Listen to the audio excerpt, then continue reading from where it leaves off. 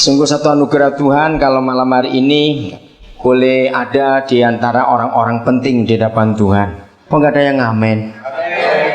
Saudara, pernahkah saudara sadar bahwa saudara dan saya itu jauh lebih penting dari gubernur, dari bupati, dari anggota MPR, anggota DPR daerah manapun juga? Betul? Kenapa? Karena mereka bisa pensiun, kita nggak pernah bisa pensiun. Betul nggak? Sehebat-hebatnya seorang pejabat ketika dia duduk, tapi begitu dia turun, dia nggak akan ngurus rakyat lagi. Tapi saudara dan saya dipercaya untuk ngurus bangsa ini sampai kita dipanggil pulang oleh Tuhan. Jadi sadari bahwa kedudukan kita di hadapan Tuhan untuk bangsa Indonesia itu jauh lebih penting daripada para pejabat di negara ini. Panggilan Tuhan untuk kita menjadi anak-anaknya itu panggilan yang luar biasa. Maka itu kita menghargai panggilan ini. Untuk itu kita percaya bahwa rencana Tuhan tidak pernah gagal untuk kita. Baik, karena sudah jam 9 lewat, kita akan segera belajar firman Tuhan. Lukas 16 ayat yang ke-11. Kita lihat di sini, Lukas 16 ayat yang ke-11. Jadi jikalau kamu tidak setia dalam hal mamon yang tidak jujur, siapakah yang akan mempercayakan kepadamu harta yang sesungguhnya? Pasal yang sama, ayat yang ke-9. Pasal 16 juga ayat 9. Dan aku berkata kepadamu, ikatlah persahabatan dengan mempergunakan mamon yang tidak jujur, supaya jika mamon itu tidak dapat menolong lagi, kamu diterima di dalam kemah abadi. Anak-anak Tuhan yang diberkati Tuhan, kita akan belajar menggunakan kebenaran yang luar biasa. Tema yang dipilih oleh pengurus Yohanes 8:32, kebenaran yang memerdekakan. Bukan cuma karena besok hari kemerdekaan negara kita, tapi secara alam roh kita pun harus dimerdekakan. Saudara, begitu banyak orang sukses tapi tidak merdeka dalam hidupnya. Hari-hari ini penyakit tertinggi di dunia itu namanya penyakit nggak bisa tidur. Betul nggak saudara? Bukan AIDS, bukan kanker, bukan nggak bisa tidur. Sekarang ini di kota-kota besar di Indonesia sudah mulai. Saya kaget. Berapa bulan saya lihat keliling beberapa kota, pasti ada toko, ada sleep center. Pertama saya nggak ngerti sleep center ini jual apa, masa jual tidur, saya bilang begitu. Nah saya coba masuk satu kota, oh ternyata itu terapi macam-macam. Ada untuk tempat tidurnya, ada yang jual aromaterapinya, ada yang jual untuk refleksi macam-macam, ada yang jual untuk herbs, ramuan-ramuan itu. Nah saya mulai sadar ternyata penyakit tertinggi sekarang ini nggak bisa tidur. Saudara, lebih baik sakit gigi langsung tahu tempatnya di mana yang sakit. Kalau nggak bisa tidur sengsara sekali.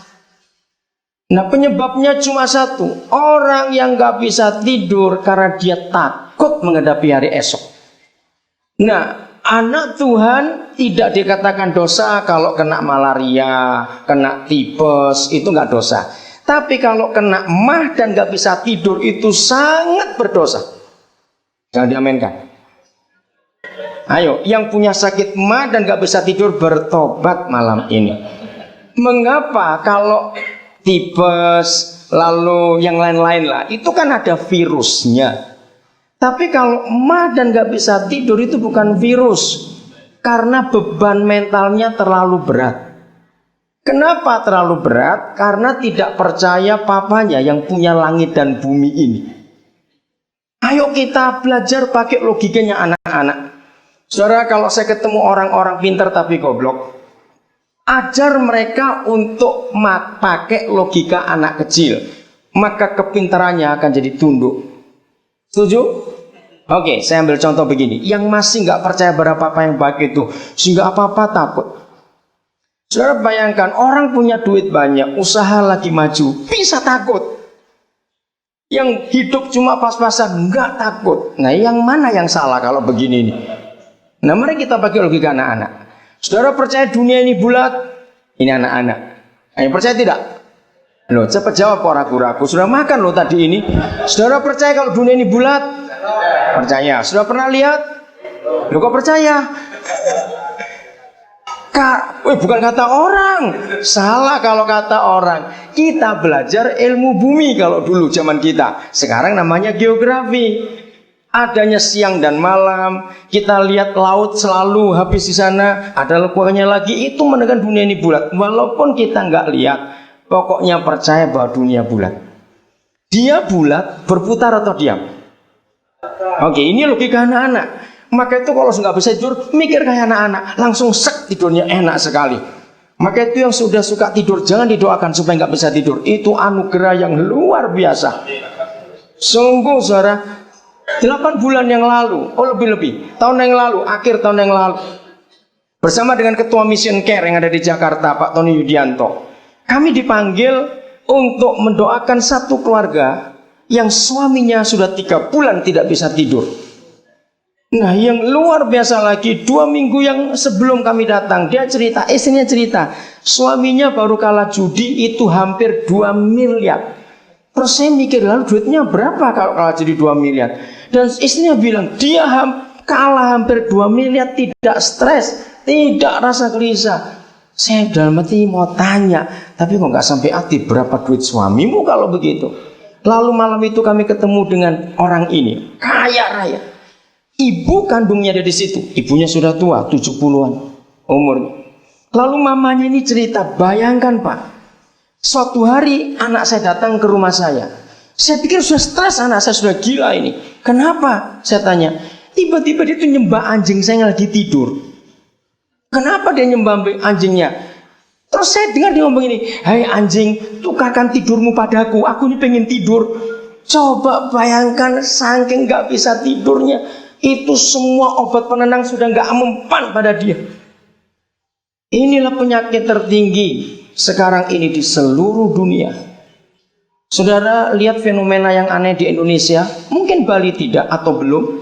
Lihat berapa provinsi di Pulau Jawa, tahun 2005, 2004, 2005 tahun yang aneh.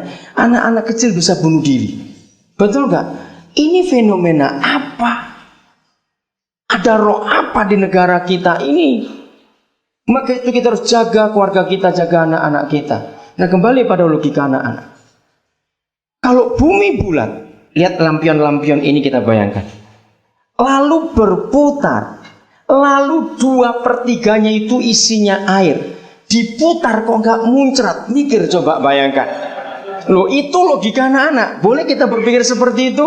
Maka itu kalau masih belum percaya Tuhan ada, lihat bumi ini saja. Diputar ada airnya, nggak ada bungkusnya kok nggak muncrat. Oke, nomor 1. Nomor 2.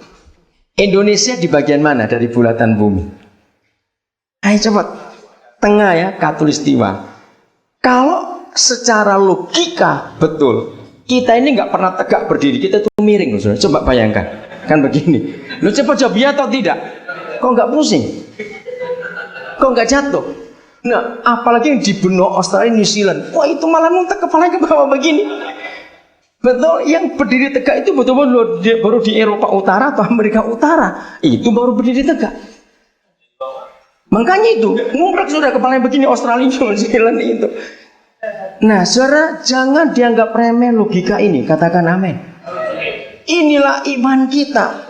Kalau kita percaya kepada Dia, pencipta alam semesta. Nggak usah bilang soal bintang.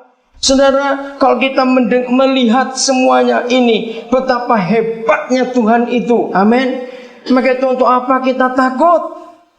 Nah saudara, kita tahu uang, nggak ada orang hidup nggak perlu uang. Mati aja nggak ada yang gratis sekarang ini. Betul nggak? Mati aja nggak ada yang gratis, semua harus mahal. Jadi uang itu memang kita perlukan. Tapi mari kita melihat apa kata orang-orang pada zaman Yesus hidup tentang uang.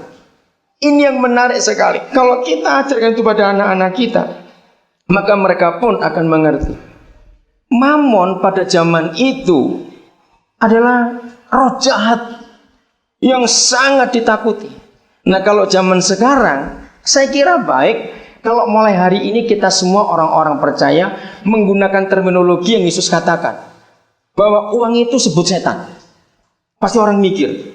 Kita tanya, setanmu berapa? 5 juta. Woi, hebat setanmu 5 juta. Oh setanku 2M. Wah tambah banyak lagi setannya kalau begitu. Nah sehingga orang itu mikir. Jadi kalau sampai Tuhan menggunakan terminologi mamon,